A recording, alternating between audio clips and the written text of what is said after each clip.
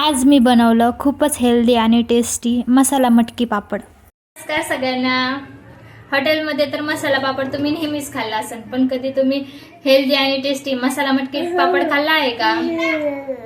नाही ना? तर चला, आजची आपली रेसिपी आहे मसाला मटकी पापड, हेल्दी आणि टेस्टी। चला तर मग सुरुवात करू। आता मी इथे घेतलाय कांदा, टोमॅटो, कोथिंबीर आणि मोड आलेली मटकी। सगळ्यात पहिले मी कढईमध्ये तेल टाकलं, मग जिरे, मोहरी आणि नंतर कांदा।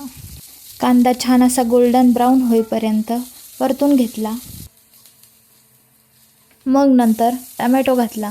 टोमॅटो पण छान असा मऊ होईपर्यंत परतून घेतला आणि हळद, आवडीनुसार मसाला टाकून आणखी थोडा वेळ परतून घेतलं। परतून झाल्यावरती मोड आलेली मटकी घातली आणि चवीनुसार मीठ घालून मटकी थोडा वेळ परतून घेतली।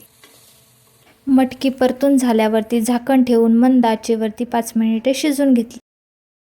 आता आपली मटकी शिजून रेडी आहे।